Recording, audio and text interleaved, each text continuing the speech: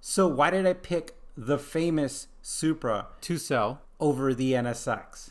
Well, I have some personal reasons, and I also have some reasons that you guys might also agree with.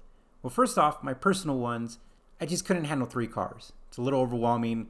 I got a lot of other stuff going on. If you heard that video, then you know it was just too much. So when I was making the decision, I really went through everything. I would stay up at night, I even have a notebook. I'm like one of those guys who writes on a notebook, kind of like that rapper in Eminem. He's like writing everything down. That's me, all my thoughts and everything.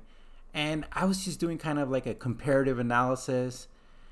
And I think one of the main things that stood out to me was the way I use them. So that the Supra is my daily driver. I mean, if I have to do something, I take it. I also have done a lot of road trips on it, and I've done a lot of work on it as well. I had one of the infamous leaking capacitors, which took me a long time to diagnose because it kind of covers itself up like a fuel issue. So I got really intimate mechanically with the car and learned a lot about it.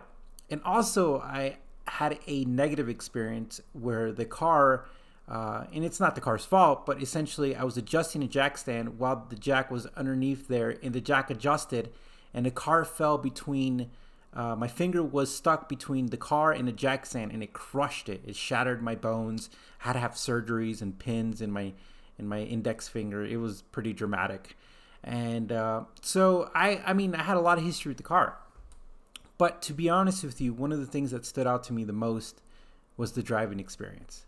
Now, I know this is going to rub people so wrong because they're going to want to defend it and blah, blah, blah.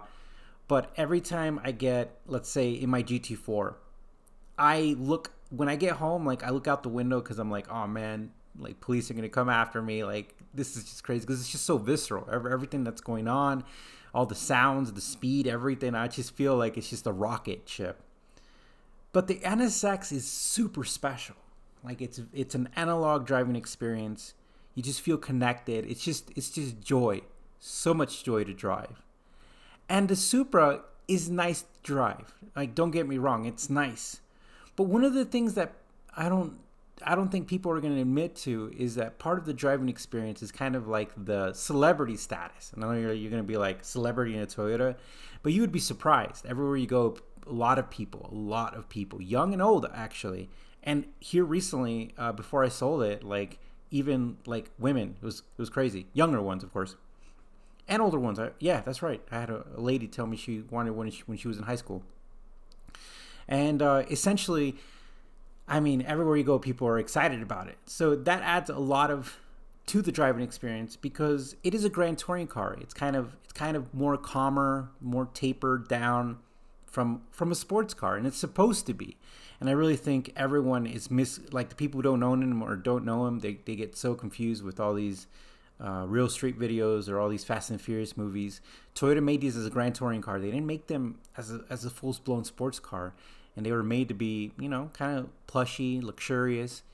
But I just decided, you know what? Maybe I've had the car for too long, and it's time for a change. Because I remember when I first got the Supra, and it was just, the excitement was there. I guess the honeymoon stage. So, and I believe that the honeymoon stage is real for car guys. But I've met other people like myself, who've had amazing cars, who's like, oh, I just bought, this Viper or Corvette or Lamborghini or Ferrari, and I've had it for like 2 years and I'm ready to move on. I'm like, why? It's like, I'm just ready. Change is good, in my opinion. But at the same time, I've met people who've had their cars for about 15, 20 years and are just still excited about it since the moment they got it. So I really think no one's wrong. I just think it's very different. It's all very personal. And a lot of that personality or personal is more than what it is on paper.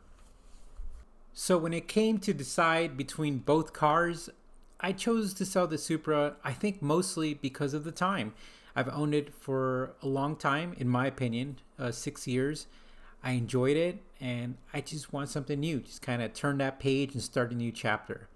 And also, I have to be honest, the NSX drives really great. I love it. I love the simplicity. I love the maintenance. It's just such a great car. But at the end of the day, I think it's just novelty. Just needed to change. That's it. Well, guys, thanks for watching this video, and I look forward to read your comments. And I always welcome you guys to subscribe if you haven't. But again, thank you. All right.